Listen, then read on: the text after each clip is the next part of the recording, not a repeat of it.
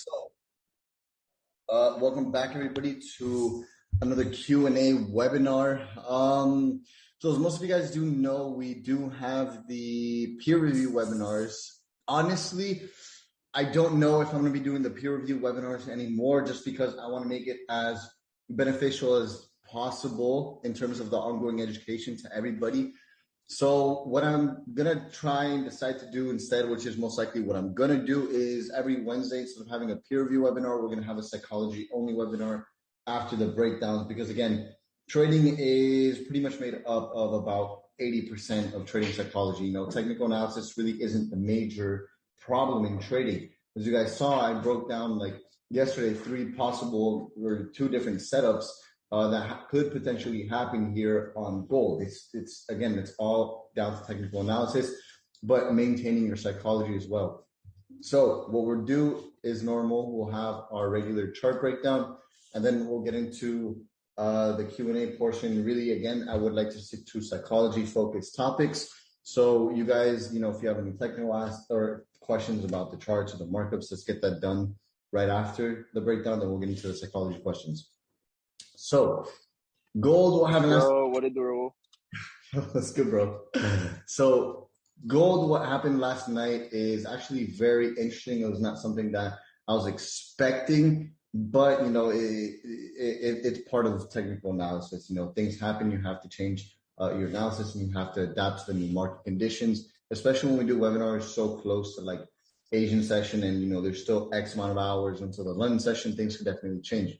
So, if we look at gold over the last few days, what we could see with prices initially had a move up, which it rejected and came back down, and then tried to actually have a move lower, and price tried to push under support, but there was obviously buying pressure, which caused price to actually trade higher. So one thing I had said yesterday was that if price maintains above this area, then most likely we're going to look to go long back into 1813. So it did that very, very well. Now, yesterday, if we look at gold, how you could have taken advantage of this opportunity was literally so simple, right? Notice here we have support, we have resistance all throughout this range as well, but we have to keep in mind this is an overall zone. Once price actually had this big rejection to the downside here, that was the first signs that we could potentially see price go in the opposite direction and continue to actually trade higher. Once price actually formed this engulfing candlestick here, that was the buy entry where you could have easily set yourself up with a long position here, a stop loss under that low, a take profit at this area. Maybe even to be more generous, you could have put a stop loss over here for about 58 pips and a target of 148 pips, and you'd still have the trade floating. Now, I've been wanting to say that, I mainly want to focus on commodities, but really for some reason, I've really mainly been trading GJ. So as of tonight, I'm going to be kind of moving away and shifting away from GJ, and again, just focusing on gold and silver, because this trade would have been so easy for me to caught. Last night, I actually did take a losing position on GJ for an $11,000 loss, which is normal. It's fine. Losses are just part of the game. It's very hard to trade these very choppy conditions at times, and it is what it is. It's part of the game. I follow my rules. I follow my plan. And that's what's more important. So anyways, when it comes down to gold tonight, if we pay attention to the 4-hour time frame, what we could see market structure doing as of right now is actually forming a 3-leg extension on this 4-hour time frame. So we could see price continue to make higher highs and higher lows, right? If we go down to the hour time frame, what we see over here is price actually break above these highs. And as of right now, price is actually maintaining itself above these highs. So as long as price actually maintain itself above these highs here, I'm going to look obviously for price to go to 1813, which will then have to wait and see what happens. Only concern to really look to go long would be yesterday's previous daily candlestick. Now, yesterday's daily candlestick didn't close above the previous day's high, but it did break above. So definitely buyers are in the market in this situation, but they're not very strong. So we definitely could see a big bearish candlestick kind of come down and engulf the last 2 days of movement, because this isn't really strong buying movement that I would like to see from this level. So we can actually expect gold to go down. Now, What we could actually do if we're going to look for gold to go short is very, very simple. We wait for the break of this 30-minute support, wait for the retest, wait for price to actually hold as resistance, and then look for price to come down into 1797. But that's what I would look for if I were to look to actually go short. We have to wait and see how things play out over the next few hours. The possibility for price to go long is still there. Only thing is, this isn't really an area I would like to take a long position from, because we could get trapped in something like this where we have a big move to the downside and a big move right back up. So I want to wait this one out and see what price does. And again, if you just pay attention to like previous market structure, and you go on the daily time frame, right, what we have all throughout this range over here is our previous daily level of structure, this range up here, right? So price is kind of doing something like this right now. So price did pretty much this, right? And price is pulled back to this area over here. So we could see, again, price actually come back down into this area over here. This could be the possible first leg in a bearish condition, in a bearish trending market. The possibility is definitely there, especially with how the last week closed. That's the possibility is still there. Again, I would really like to see how gold plays out over the next few hours. It's definitely going to be something that isn't very simple, but it's not very complicated. Again, if price breaks this area and we have a confirmation of a rejection and we see price doing something like this, most likely we're going to come back down into this area here. I wouldn't expect price to break under this area and then go right back up to 1813, because I would like to see it maintain above those highs. Now, obviously, you have, the highest close in the 4-hour time frame being here. So I want to make this an overall zone. So let's just say this is the entire zone here. And we know if price overall breaks under this point here, then most likely we're going to see it continue to trade lower. So I'd want to wait and see, how price actually does form over the next few hours. Silver, again, very choppy conditions. Same thing with GJ. But silver is definitely a lot clearer of a buy position for me. Now, the daily time frame is not really something that is too nice to actually look to take any trade, really, because you have a big move up, then you have this huge doji candlestick where you have a move down, you have a move up. So not really the nicest type of condition to normally take a position from. The one thing that I am looking to actually take a trade from silver is if we go down to this 4-hour time frame, what we see is price currently trading above this support zone, and we see price reject here, and now price is rejecting here. So if this 4-hour candlestick can actually close engulfing, most likely we could look to take a buy, probably back up into this area here, possibly even higher. Mainly, I want to say, let's see what happens with price when it comes into this area, because obviously over the last few days, price has been rejecting that area. But again, it raises the question, okay, well, if, we take a position from this area, what's going to be the risk reward? So I really want to wait the pairs out. I don't think there's anything really to even do right now, but I would look for silver to actually come back into this area where we could then potentially look to see what happens with price. I don't want to say go short from this area. I don't want to say go long from this area. But again, it comes down to the basic principle of, okay, well, if price breaks this area, let's just wait for that retest. And if price actually retest and reject, we'll look to buy it. Very, again, simple concepts. Only problem is that gold and silver, since they're both commodities, do move together fairly well. So it's kind of like, well, if silver is going to go up, then what's going to happen with the price of gold? Because over here, we could, like I said, gold could continue to go up as long as I would like to see it maintain above this previous resistance level. So I would like to wait and see what happens with price over the next few hours. I don't want to make a real decision as of right now. Like I said previously, silver does look like a very nice long position, just because of the way these last 4-hour candlesticks have been forming around this area with these very big rejections to the downside. What we can also see is price attempting to lower and lower. Everybody's mic real quick.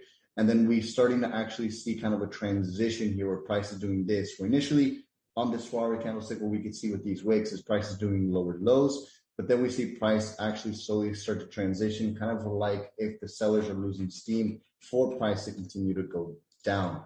Now with GJ was definitely something that's a little bit tricky last night because it gave us a very, very clean sell signal right here.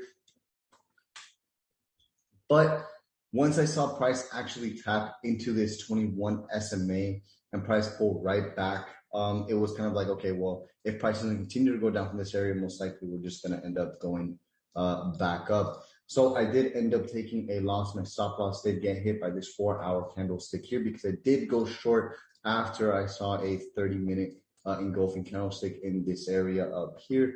And then price kind of just continued to trade higher.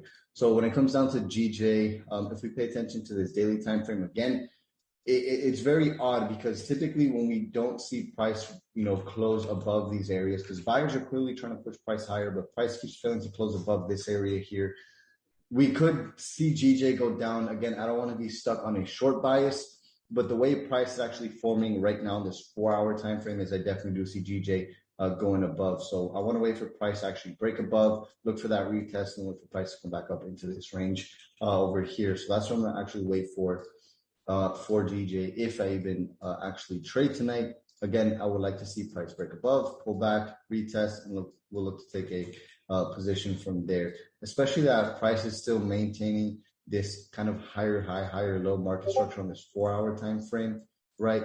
We could definitely see price actually continue to trade higher, and then we'll kind of wait and see what happens. We do have this level of structure here, so clearly there is a struggle to actually break above this area. So again, I want to be a little bit more conservative now. I've already taken a loss on GJ on a short. I would like to see price break above, retest, and then we'll look to take price higher from there. So anyways, that was the breakdown for you guys. If you guys have any questions on the breakdown, let me know now, because I really want to get into the psychology questions of these webinars. Again, I want to keep this. I have a psychology question. So in the past 2 days, how have you felt trading? Because it's been, very choppy. Really, I try and maintain myself when, markets are actually choppy. Again, it just comes down to the same thing.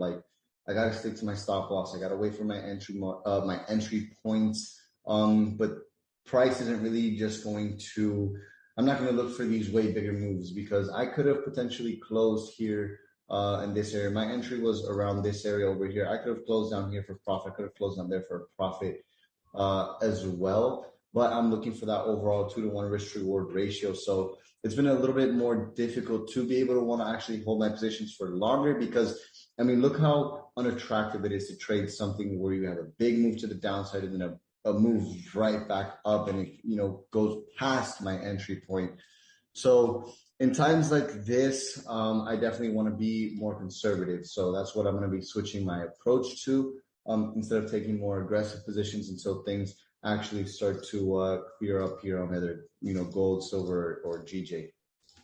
So the reason I asked too is because GJ has been kind of confusing and gold has also been kind of crazy looking. So that's why the reason I asked, psychology wise, I've been staying out of the market because I think I'm looking for longs up to 1813 and then all of a sudden it breaks back below, you know what I'm saying? So. Yeah, there's not always going to be times where it's kind of price is going to go right up to 1813. We could again see price actually pull back and then continue in that area where we could then, look to take advantage of this minor pullback and, look for some form of a scalp or some form of an intraday position. Because at the end of the day, for price to move to this point, it's still 70 pips, right? Setups just aren't as clean because price, again, look at this right here. Right, look how big that was, right? So even if you would have made an entry point around this area over here, and you would have seen you're up in profit 80 pips, and now you're almost at break even, practically you're in profit only 8 pips, right? It's going to be very difficult for you to actually hold that position. But again, it just comes down to if you would have been able to take that gold buy, it just comes down to sticking to your overall analysis. If your target's 1813, and that's what you have to stick to. Yeah. And then one last question too.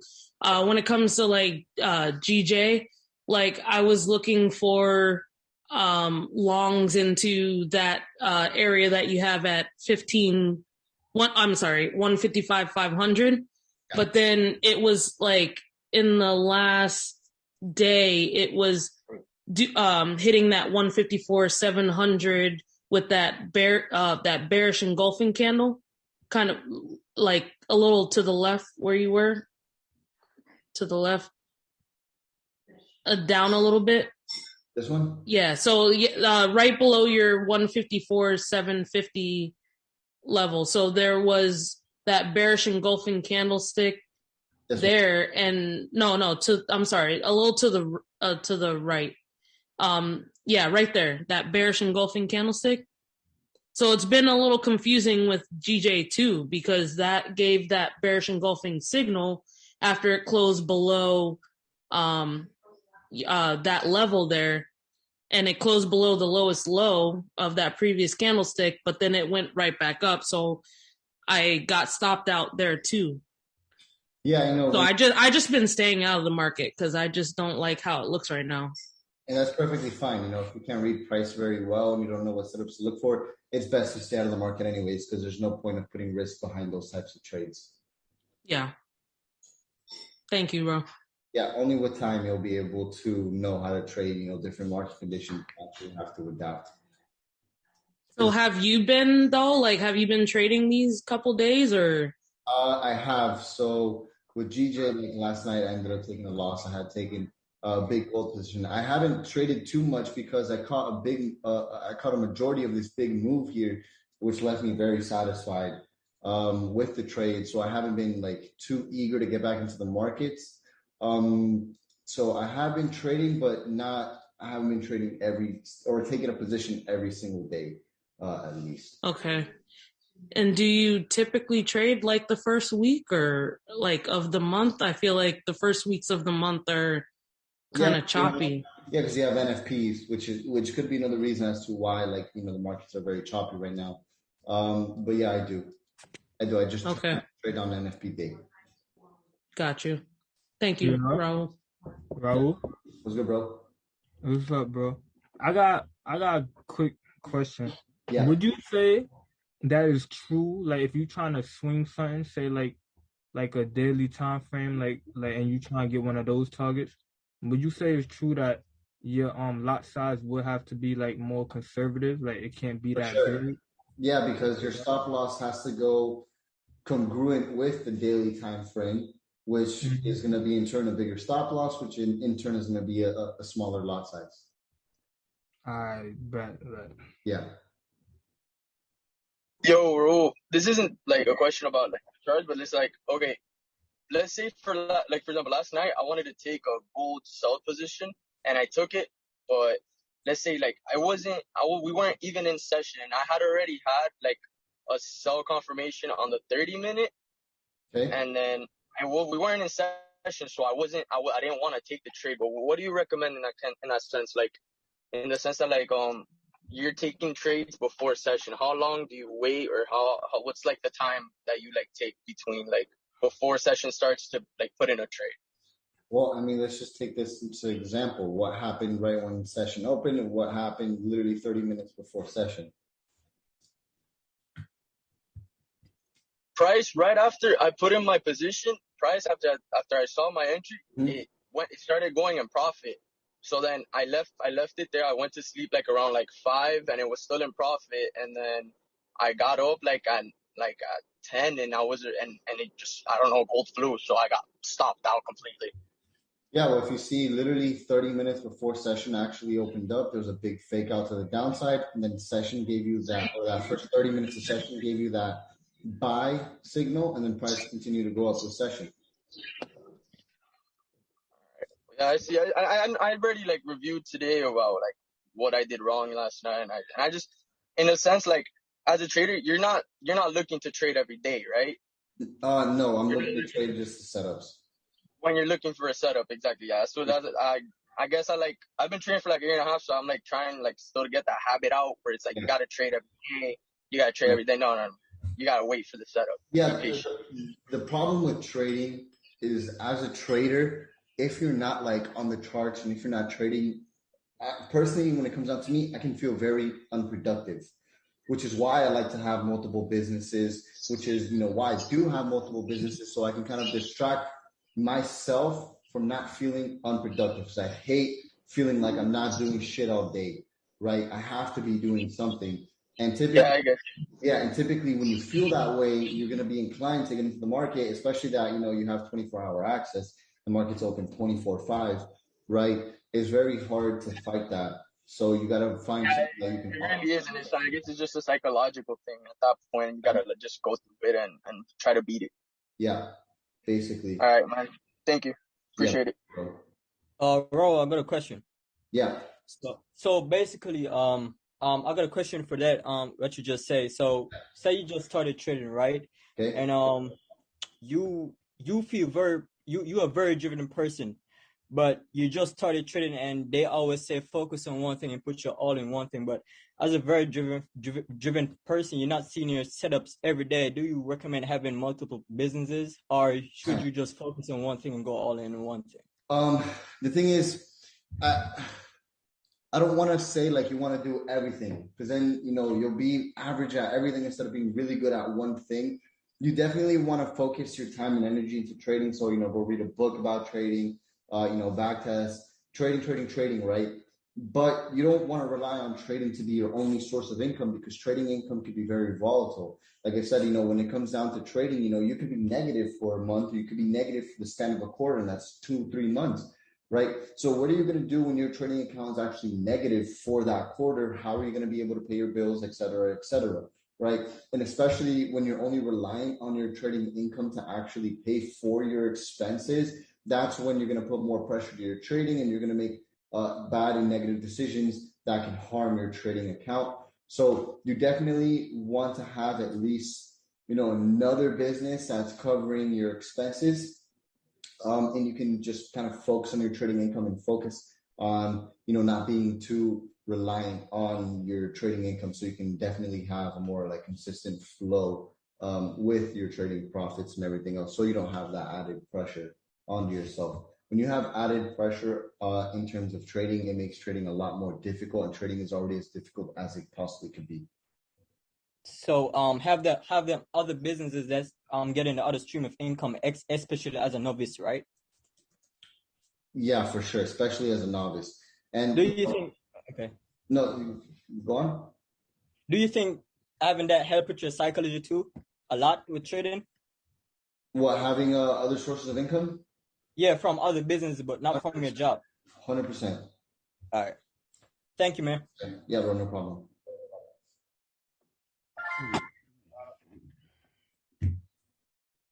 Anybody else got any other questions? Yeah, I have a question about when you first started and you had minimal money. How did you not care so much about the money being lost with risk? I know there's risk in trading, but not saying I'm trying to go off of what you did, but what did you do to kind of feel I know I'm risking this amount of money per trade, and to just not care too much about it? Honestly, my entire life, I was taught that without risk, there isn't going to be any reward. And you got to remember, when I first started trading, I was 17 years old. I was 17, 18 years old. I was still living with my parents, right? I didn't have any real responsibilities in terms of, having to pay for bills or, being reliant on anything. So if I lost the money, it's okay, well, I guess I'm not going to go out with my friends for, the next few days, for the next few weeks until I could recuperate from that. So I had no problem whatsoever putting that risk on the table, because I didn't have any responsibilities like I do now, which could be a pro and it could be a con, because, if I would put, $5,000 in a trading account, I could blow it and kind of be like, okay, well, now what? You know what I mean? Versus if I put $100,000 in a trading account, and let's just say I end up blowing it, it's damn, I could have paid my mortgage for the year. I could have paid for the SVJ for the next 10 months. There's that added pressure now that I have all these other responsibilities. Back then, I didn't have that added pressure. And I'm very fortunate to be in a position where my family supported me a lot. My biggest supporter was my dad on top of that. And I had a business that he helped me start up at that time, which was producing me something maybe $5,000. I was cash flowing every single month from that business. It wasn't a lot, but at 17 years old, right? $5,000 is a shit ton of money. So I was just kind of reinvesting all of that as much as I can, and just doing anything possible to learn how to actually trade and be successful in this industry. Because I knew that if I blow 120 grand my first year trading, eventually when I do become consistently profitable, that money I'll make back plus more, right? So Yeah. it's different from, you know, the situation that I was back then versus the situation that I'm in now. Obviously, let's just say like I had my other businesses and I lived the life that I currently live, I would be very protective of the capital that I put into my trading account right now because I have so much more responsibilities, right? But it's something that, again, you know, when you make a deposit into your trading account, I wouldn't go in with the expectation of, you know, losing or not losing. I wouldn't go in with the expectation of, you know, this is going to be the trading account that, you know, brings me to that next level. I would just kind of look at it as like, okay, well, let's kind of see what happens. This is money that I'm actually able to lose here. And, you know, if I lose it, it's part of the learning process. Let's see why I lost that money. Let's learn from my mistakes and look to improve next time so I can avoid making those mistakes and blowing the account. Which, you know, if you're risking 1 or 2%, it should take you it should take you, you know, a decent amount of time to lose all of that money. Yeah, I got you. And like, thank you for that. And like, do you have like monthly goals, like No, 10% per month? I would say you always want to go with the flow because, like, let's say you hit your monthly goal in the first week. It's kind of like, okay, so what now? Like, you're going to be in a psychological state. So it's like, do I stop trading? You know, should I continue? You know, you're going to be in a very weird spot. You know, unless your 10% is, you know, $200,000, then it's kind of like, oh, you know, fuck that, right? You're going to trade for 200 grand. But personally, I don't, because I don't like to put a cap on myself. Because if you put a monthly goal, you put a cap on yourself. Like, let's say I had a monthly goal, and let's use the example of the FTMO account, right? So it was a 300K FTMO account, and I had made 10%. I don't know, probably within the first few days, right? Because I had made an overall, I think it was above a 50% return in 30 days, right? I would have completely limited myself from making, you know, 100 grand. I would have only made $30,000 versus bringing the account all the way up to $140,000, right? So I don't really necessarily believe in having goals, because then, you know, what if, like, you know, it's 2 days from the trading, it's 2 days from hitting your goal and the month is about to end, and you still have like 4 or 5% to hit your goal, right? It's going to kind of almost like put that pressure on you that you need to meet your goal. And I don't really necessarily believe in having goals for trading. I always think I just go with the flow. Okay. And I believe that too. Like, I feel like with trading, I don't feel like there should be specific goals, because at the end, if you don't meet it, you start rushing yourself. And I feel like that's what I start to do. Exactly. Yeah. Okay. Thank you. Yeah, no problem. I have a question. Yeah. Did you ever struggle in the beginning with like doing your analysis and then doubting your analysis and not entering and then watching it go in your in what you predicted? I guess not the right word, but in what you predicted? So pretty much like you're failing to execute, basically. Yeah. Yeah, I mean, that's just caused by, you know, you're scared of losing money. I personally never went through that issue. If anything, I took too many trades. But in that case, you just have to lower your position size to literally as small as you possibly can, and whatever you have to start doing to build that confidence. So, you know, trade demo if you want to start, or even do just the minimum lot size, which is 0.01. But anything, you have to start taking action on your analysis, especially if you see it actually play out. You plan the trade, you see price doing exactly what you planned for, you have your entry signal, but you still don't take the position, right? And then you see your trade go in your favor and it would have hit your target. You're like, damn, you know, I kind of just missed out on this entire move. I would have made X amount, right? You have to start actually executing. And, you know, to build your confidence, whatever you have to do, just literally enter the bare minimum lot size, 0.01. Yeah, I love that. You said, and that will build your confidence. So that's key. Okay, thank you. Yeah, for sure. No Wait, problem. wait, Raul, I got one more quick question. Good, bro. You remember how you said like you would lower like your lot size on like a swing trade? Yeah. So like, what would be like the quickest way to like go about get? Because I think I have a patience issue sometimes. I don't know. I'm figuring it out. But those swing moves, they could take a little minute to happen. For sure. And if you got a lot on it that you're not satisfied with, like by the time the whole move is done, I'd be like, damn, I should have put more. So like not saying that I'm rushing it, but like what would be the quickest way to like try to be like a swing trader and like just get bread though? Because sometimes like if I go too low, I'm not gonna be like happy with the profits, even though I want to trade. But if I go too high, then my execution start getting messed up and stuff like that. Yeah, I mean, it's about finding a balance. But I mean, that's a problem because there is no way to rush into swing trading. You have to have the patience. Again, you can always treat your trading account like an active investment where, let's say, you're making X amount of dollars every single month and you have, I don't know, X amount of dollars in your trading account. As you're trading on your account, you're consistently allocating and depositing money into your trading account every single month until 5 months go down the line and you see you have an extra, I don't know, I'm going to throw a random number out there, $15,000 that you deposited into your trading account, whatever it might be. Again, everybody's financial situation is very different.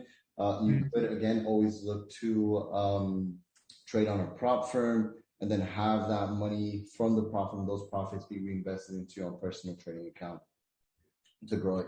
Because again, bigger lot size simply just comes with a bigger trading account. But yeah, and you don't want to rush that process because again, when you're trying to rush that process, things tend to get sloppy. Yeah. Yeah. Yo, I have a question. So, do you pay attention to the spreads before you enter a trade or no? No, because typically, like that's something that's already set. When you open up your brokerage account, when you go to actually enter your broker account, you have typically a broker will offer you like a low spread, a medium spread, and a high spread. But again, if you want like low raw ECN spreads, you're going to pay for that through higher commissions. So, it's. Gotcha. Yeah. Hey, Rayu. Yeah, because I was looking at like when you enter here, like there's little numbers of spreads that just keep changing, they just go crazy. I didn't know if you've been to ask. Hey, Rayu. So I got let into your meeting a bit late, and I was wondering what was your analysis like for gold? I mean, the webinar is about to end in like 3 minutes, but basically what you could rewatch the video. The other one was already posted in the course. Pretty much what I said was as long as gold pretty much maintains above this area, we'll look to buy it up into 1813. Once it starts to break under this hourly 30-minute support, we'll look to sell it back down to 1797, which is pretty much this box here. Okay, thanks much. Yeah. Yo, Raul, do you know when the payment service for FMS will be back up and running? I have no idea. They're really doing their best to try and bring it back up. All right, thanks. I don't want to tell you guys like a specific date and then it not be here. It should be up very soon though. Hopefully, I want to say by the end of this week. Thank you, bro. Yeah. Yo, Raul. Yeah. Actually, you go ahead first. It was not a psychology question, but I was just wondering, how long did it take for you to get profitable? I mean, everybody's different. Typically, I saw that I was making more money than I was losing around like 2.5 year mark around there. All right, cool. Yeah. Yo, Raul, are you still testing out like a new broker or yeah. I was on one and I didn't like how high the commissions were, so now I'm looking for another one. I see. Yeah.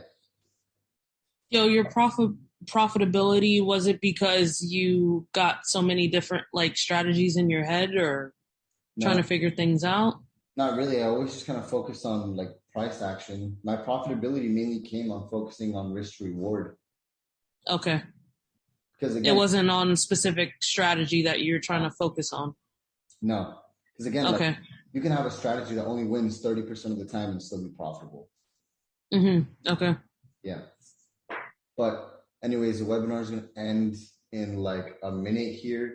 So thank you guys for coming on. I appreciate it. I do apologize for the delay. There's some things that I had to handle. But yeah, so I'm going to upload this webinar right now to the course for those of you who maybe got in late.